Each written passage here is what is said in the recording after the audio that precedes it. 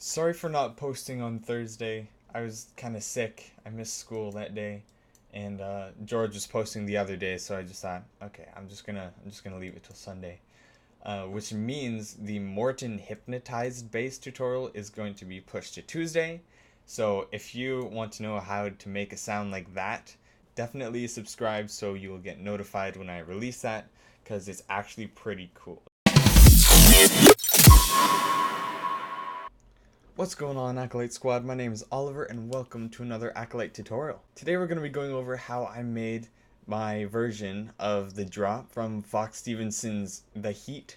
This is part 3, the final part of the series that I did on how I made these. So if you haven't seen the other videos, check those out before this one, because what I'm going to be going through in this one is how I just made all of the sounds mesh and sound as close to the original song as I can.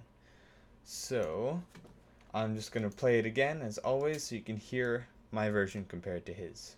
Playing in 3, 2, 1. Take the heat.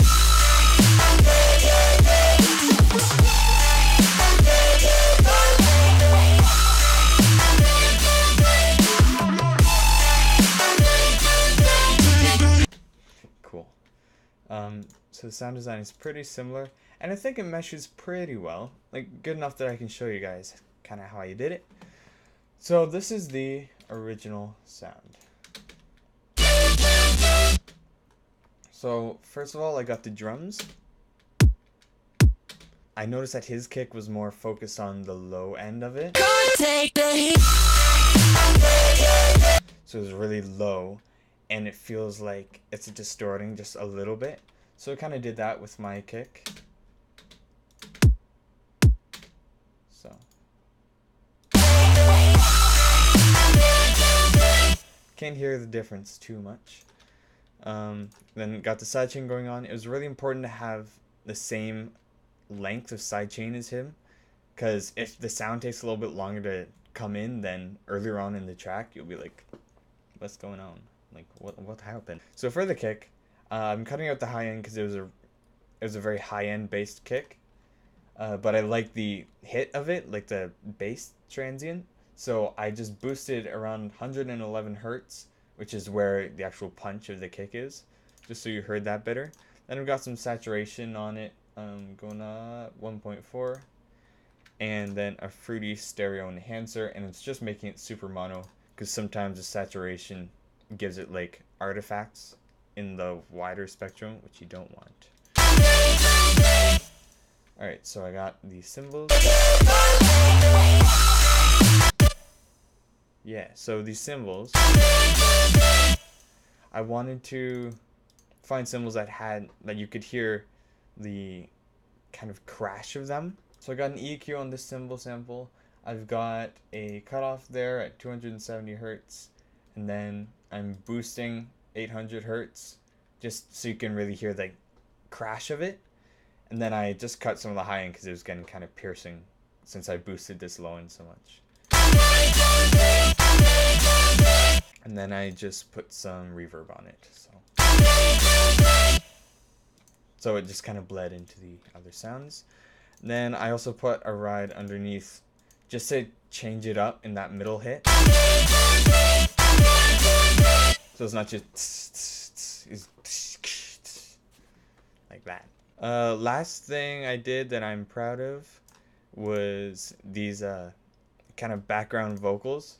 So you don't really notice it when you're just listening for fun, but he's actually got his voice going the heat in the background. So I just kind of replicated that with a pre-drop.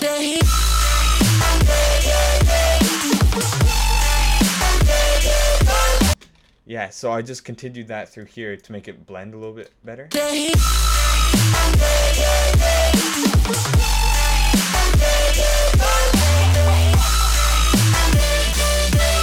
And I tried to process them about the same. And so what I did here was I got a fruity fast distortion with the post on, well, I got the pre all the way up, threshold all the way up, mix all the way up, and then the post is on something that it's not letting me see. But about there. And so it's just giving it a little bit of distortion. Let's take all these off. And then, because in the original song, it sounds like it's coming through a radio almost. So I cut off the low frequencies here, cut the lows, and then dropped this and boosted kind of the mid highs, and then cut all the high end. And then a fruity stereo enhancer with the width up a bit, just to make it a little bit wider in the sound. And then some reverb to make it mesh with like the whole track. And yeah, that's how it sounds. Another thing that made them go really well was this track here. So it was the sidechain track, and I did go over it in the last videos, but just as a refresher, I have saturation on it. So everything's going through this. And then the effects. So I put saturation on to kind of glue them together, glue all the sounds together, like in his track. And then I have multiband compression on, and I also cut some of the higher frequencies, because when you listen to his song, it doesn't have quite as many high frequencies. It's more focused on the warmth of the sound than the actual like crispness of it. Yeah. So I just cut some of the high ends here.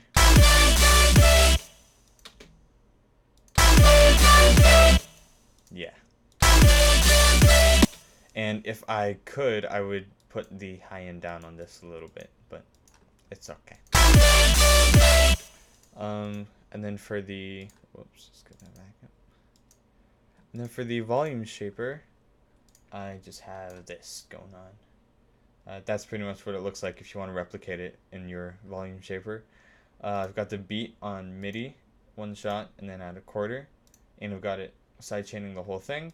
And so how I sidechain is I go into here, and I do input port 1 for MIDI, so that when I go into MIDI out, so you go here, and then replace, and where are you? MIDI out. And so once you get one of those out, and you go port 1, and put that, someone just came up the stairs, and just put a note, and then whenever that note plays, it just sidechains it for you. It's really nice, actually. And it's a lot cleaner than if you manually automated the pitch in like Fruity Balance or something on the sidechain track. Cool. Last thing I did to really make it go is the mastering track, actually. So I have an Ozone 5 here because I can't afford Ozone 7. And so all I did was a harmonic exciter, stereo imaging, and a maximizer. So for the harmonic exciter, here, I'll turn these all off. Oops. Just gonna solve this.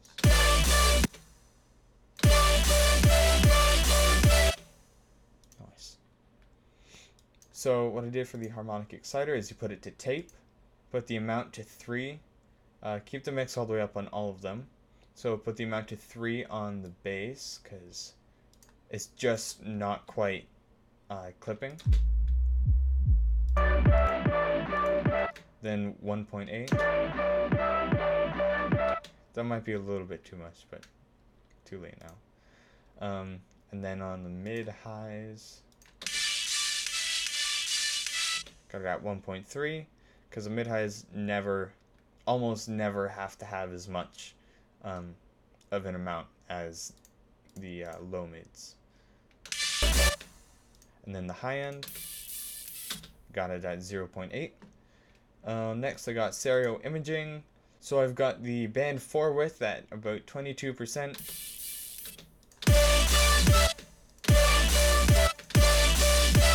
And then we've got the band 3 width at 45%, and the band 2 width at negative 18.8%, and band 1 width at negative 87.5. And so I always put the band 1 width very low down because you always want the bass to be really mono. So for the band 2 width, I don't usually make it this stereo. Like I usually put it more mono.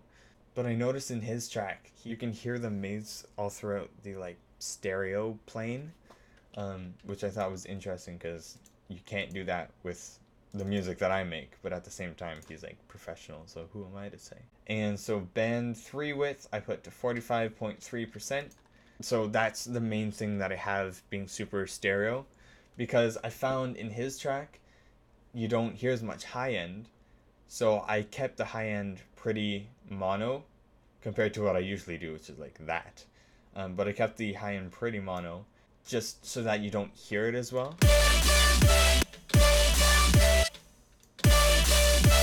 Like, that goes with the original track better than, yeah. Even though that might sound better right now, it just didn't go. So next, moving on, we'll go to the maximizer, and this is what makes it loud. Whoops. Yeah, so I got it on IRC3, which is the most advanced algorithm. It takes up more CPU, but it gives you a better sound with less like transient decay. I got intersample detection on. I don't know what it does, but I found it makes it sound better.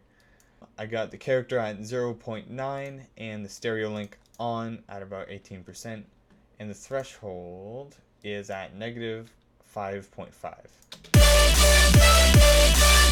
So normally I'd have this a lot lower, so it would be reaching like 6 decibels in this red here.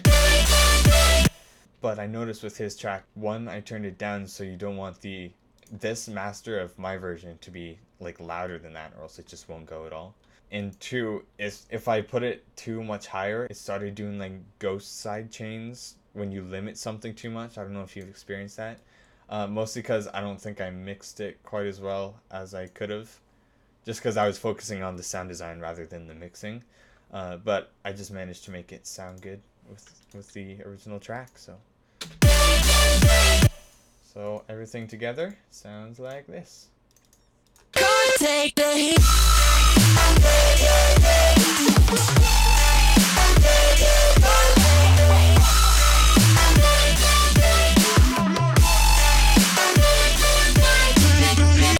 So if you want the presets to all of these sounds, you can find them in the last videos. I've got the download links in the description of the last two. Oh, and by the way, I am also doing graphic design now. So if you guys need some artwork, hit me up. I like to think that my prices are pretty cheap, but I guess you guys will decide. So I'll put my Facebook account link in the description, and you can hit me up there if you guys want any artwork. I'll give you a free banner with whatever I make for you, little stuff like that. So if you guys enjoyed, please forget to like and subscribe.